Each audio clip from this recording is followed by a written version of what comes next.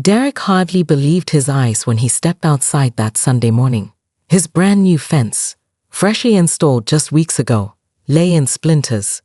Wood shards scattered across the freshly mowed lawn, and deep tire tracks marred the dirt next to the broken panels.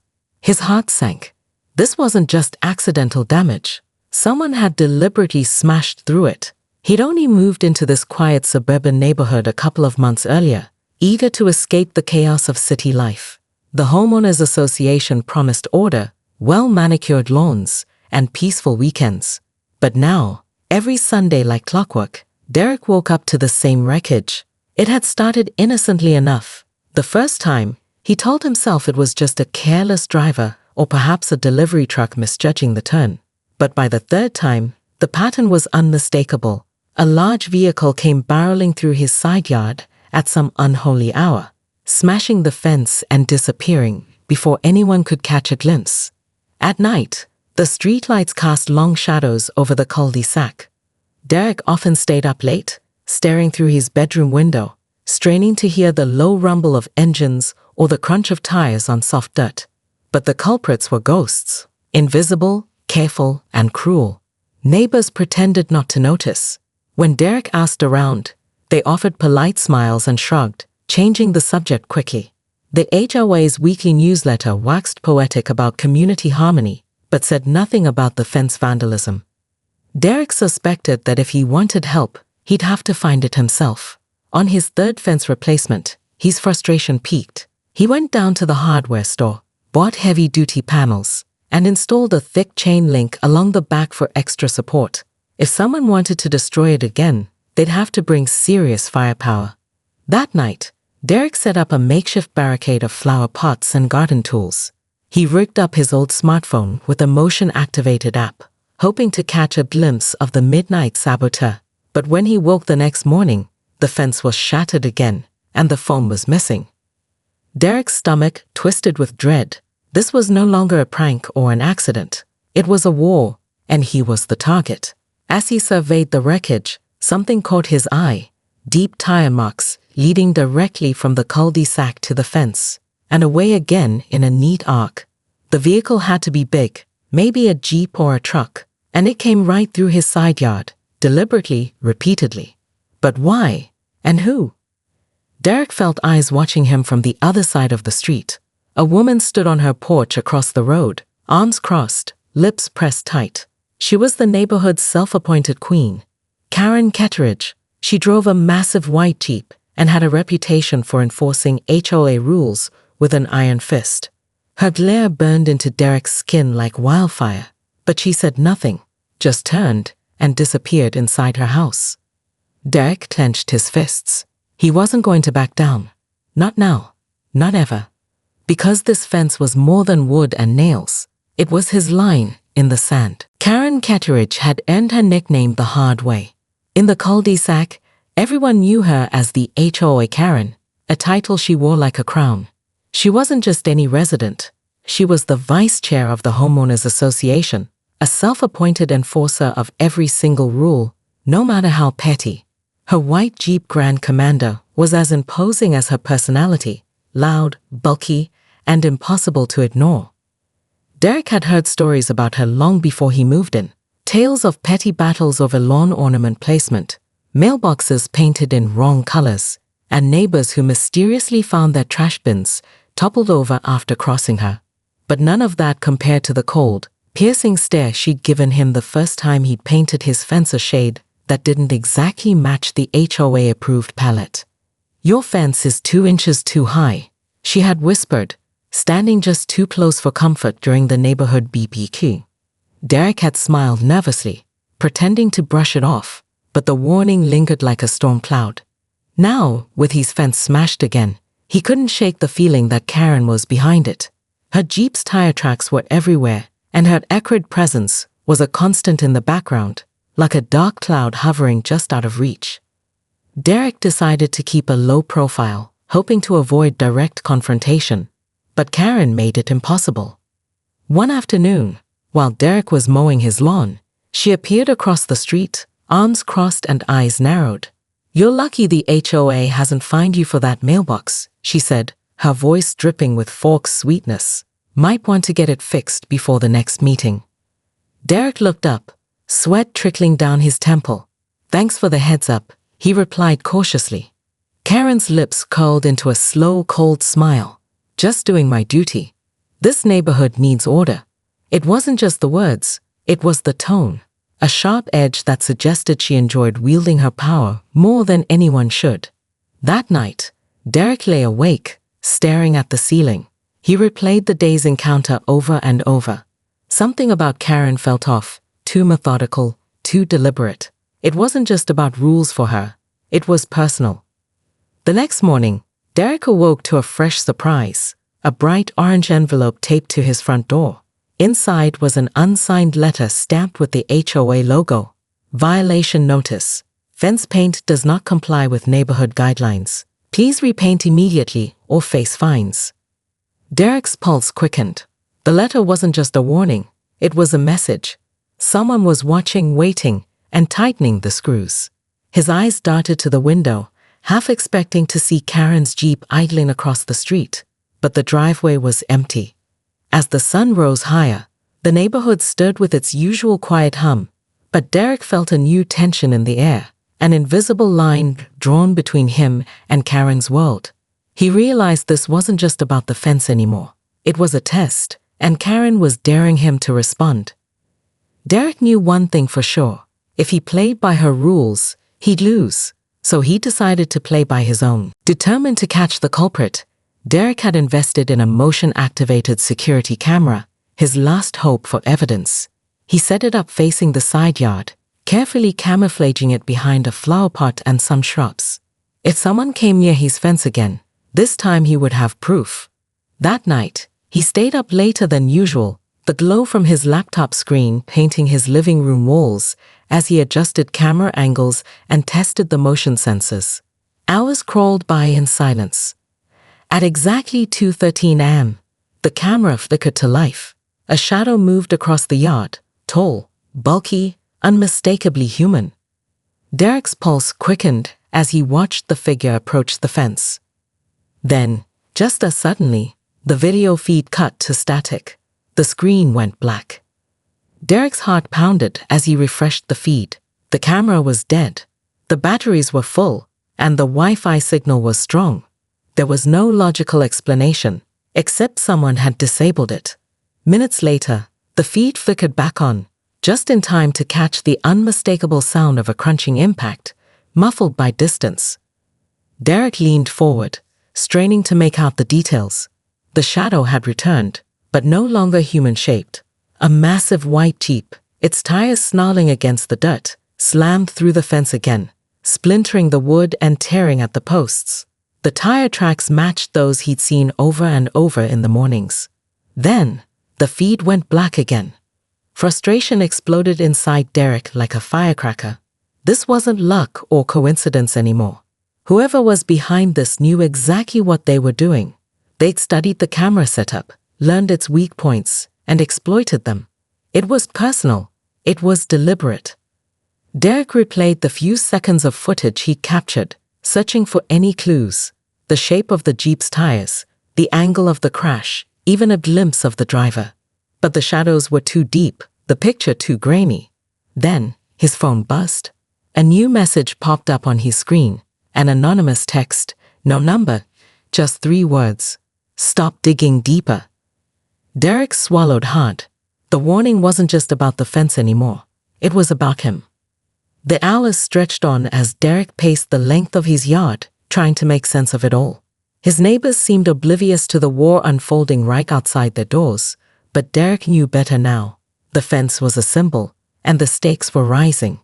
His thoughts drifted back to Karen, the icy stare, the unexplained timing of the attacks, and the silent power she wielded in the HOA. Could she really be behind this? Or was she just the puppet master, pulling strings from the shadows? Derek's resolve hardened. If the fence was a battleground, then he would fortify his defenses. But first, he needed to know more. He decided to upgrade his security setup. Multiple cameras, backup batteries, and even a hidden dash cam on his truck. No more glitches. No more disappearing footage. He wouldn't be caught off guard again. As dawn broke, the neighborhood awoke to find the fence in ruins once more. But this time, Derek was ready. And so was the trap. The next morning, Derek's eyes snapped open to a strange sight. A small crumpled envelope lay tucked under the edge of his welcome mat. Unmistakably deliberate, not just the random litter the neighborhood sometimes accumulated. He grabbed it, heart pounding, and unfolded the bright orange paper inside. The bold letters screamed, "Violation notice. Your fence paint color does not comply with HOA guidelines. Repaint immediately or face fines." The notice bore the official HOA logo but no signature, no contact info, no appeals process, just an ominous warning. Derek's mind raced. The timing was no accident. Karen always seemed to show up with a clipboard in hand when the HOA sent out letters, and no one else in the neighborhood had received a violation like this. He knew this was her way of tightening the screws. As if to confirm his suspicions, he heard the unmistakable rumble of a large vehicle outside. Peeking through the blinds, Derek spotted the familiar white Jeep idling across the street, parked right in front of Karen's house. She was on the porch, arms crossed, watching him with a cold, unreadable expression. Derek swallowed hard, then stepped outside to meet her gaze. "You've got a problem with the paint," Karen called across the street, voice smooth but sharp. "I'm just trying to follow the rules," Derek replied evenly. "Is there a problem?" Karen's lips twisted into a half smile. "Rules are rules. We keep this neighborhood looking perfect." Derek raised an eyebrow. "Funny, I don't recall you fixing your own yard or moving your trash bins on time." Karen's smile vanished. "Watch your tone." Before Derek could respond, a loud clang echoed from his driveway. Turning, he saw his car's front tire flat, a large nail embedded deep in the rubber. A warning, not just words anymore. The message was clear: back off or face consequences. That night, Derek checked his porch where he found his potted plants knocked over and soil spilled across the steps. Someone had been there while he was asleep, sending a message more physical than words. He felt eyes on him, not just Karen's, but others in the neighborhood. The war was no longer secret. But Derek refused to be cowed. If they wanted a fight, he'd give them one. He spent hours researching ways to protect his property, determined to find a way to catch the attacker in the act. He knew he needed more than cameras. He needed a plan that would send a message back. That's when an idea struck. If the attacker wanted to use his own force against him, Derek would turn that force into a trap. He'd build a fence no one could ignore, one that would scream if touched. But first, he had to make sure the neighborhood saw the line he was drawing. The next HOA meeting would be his stage. Derek spent the next few days working tirelessly in his backyard. His mind was a whirlwind of ideas, but one clear plan emerged. If Karen, or whoever was behind this, wanted to smash his fence, he would make sure they paid a loud, unforgettable price. He started by reinforcing the most damaged section of his fence with thick plywood boards, hidden from view beneath a fresh coat of paint. But this wasn't any ordinary paint. It was neon orange surveyor's paint, designed to stain skin, tires, and fabric for weeks. If someone touched it, the marks would be impossible to hide. Next, Derek built a secret mechanism beneath the fence line, a series of collapsible steel spikes, folded flat during the day, but rigged to spring up if the fence was pushed or hit with enough force. It was a simple but brutal trap, enough to puncture tires or scratch paint, without causing permanent harm to a person. To make sure the world would know exactly when the trap was triggered, Derek mounted a cluster of motion-activated air horns just behind the fence. The moment the spikes deployed, the horns would blast a piercing warning, loud enough to wake the entire neighborhood. And of course, Derek added a new layer of protection, a hidden dash cam wired to a battery backup, streaming live footage to his phone. This time, no glitches, no interruptions, just a crystal-clear view of the cul-de-sac's next visitor. That evening, Derek sat on his porch, heart pounding with a mixture of excitement and anxiety. The orange glow of the surveyor's paint caught the streetlight's gleam like a beacon. His makeshift trap looked almost innocent, just another bright fence. but Derek knew the danger lurking beneath. As the neighborhood went dark, the silence was thick with anticipation. Hours crawled by. At 3:17 a.m., a faint rumble disturbed the stillness. Derek's pulse spiked as he grabbed his phone and opened the live camera feed. A white Jeep appeared, headlights off, creeping cautiously toward the side yard. The vehicle's tires crunched over gravel and dirt, edging closer to the fence. Derek held his breath. The Jeep lurched forward, crashing into the fence with a terrible thud. Instantly, the spikes snapped upward, piercing the undercarriage, and the air horns blasted a thunderous, ear-shattering scream. The Jeep's tires screeched as the driver hit the brakes, honking the horn wildly, desperate to silence the alarm. Derek raced outside, phone recording in hand, to see the Jeep, its sides splattered in neon orange, stuck fast against the fence, tires smoking, and one flat. Inside, Karen sat frozen behind the wheel, her face a mask of shock and fury. Neighbors poured out of their houses, drawn by the noise, phones raised to capture the spectacle. The silence that followed was charged, electric. Derek stood tall, the line finally drawn. The battle was over, or so he thought. The piercing wail of the air horns sliced through the calm morning, shaking windows and rousing the entire cul-de-sac from their sleep. Derek stood on his porch, the phone still recording, watching the scene unfold like a surreal nightmare come to life. Karen Ketteridge sat rigid in the driver's seat of her white Jeep, her eyes wild with shock and rage. The neon orange paint splattered across the vehicle's side was impossible to miss, a glaring, humiliating mark that screamed caught red-handed. Her fingers fumbled on the steering wheel, trying desperately to disengage the spikes embedded beneath the Jeep. The tires hissed as the air leaked from the punctured sidewall. The vehicle was stuck. Neighbors clustered around the street, whispering and pointing, their faces a mix of disbelief and satisfaction. Derek could see Mrs. Patel from next door filming the entire fiasco, while old Mr. Henderson shook his head approvingly.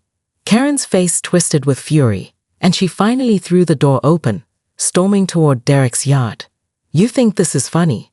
she spat, her voice shaking with anger. "You've crossed the line, Derek." Derek met her glare steadily. "No, Karen. You're the one who keeps destroying my property and hiding behind HOA rules." Her nostrils flared. "You don't know what you're dealing with." With that, Karen stalked back to her Jeep, pulled out her phone, and made a call. Derek could only guess who she was calling. Perhaps the HOA president, maybe even the police. But he was ready for whatever came next. As the crowd buzzed, Karen's phone buzzed with incoming messages. She glanced at the screen, and her expression darkened even further. Suddenly, her Jeep's horn blared loudly without warning. A prank or a malfunction? Karen jumped, her composure fracturing.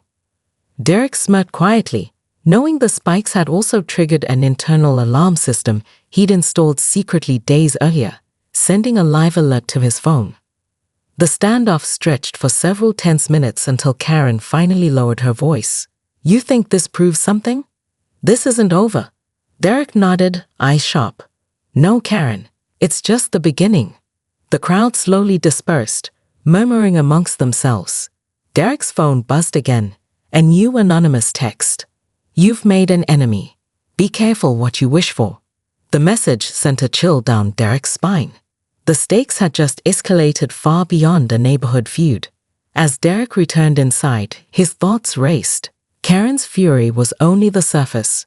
There was a deeper game at play, and whoever was behind the attacks was watching, waiting, and ready to strike again. He knew one thing for certain. If this war continued, no fence would be strong enough to keep the chaos out.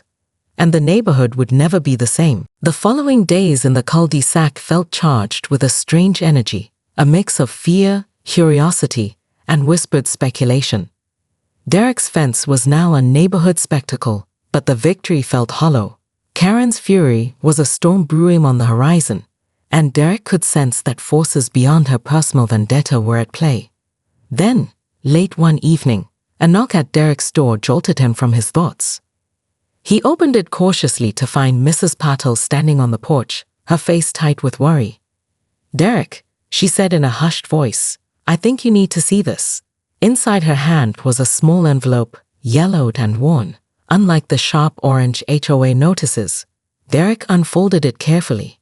Inside was a typed letter, no signature, but the words were clear. We control more than just the fence. This neighborhood belongs to us. Back off or face the consequences. Derek's blood ran cold. The letter was not just a threat, it was a declaration of control. Mrs. Patel glanced around nervously. You're not the only one Karen answers to. There's something bigger here, an unseen force pulling strings behind the scenes. Derek's mind raced. Who else would want to keep the neighborhood under such tight control? Was this some shadowy HOA faction, or worse, a secret cable wielding power through fear and intimidation? Determined to find out, Derek started digging through public HOA records, old meeting minutes, and neighborhood forum posts. What he uncovered was a tangled web of bylaws, fines, and covert meetings that suggested the HOA's reach went far beyond simple fence colors and lawn care. He discovered names of longtime residents with suspiciously high influence and a history of aggressive tactics against those who stepped out of line.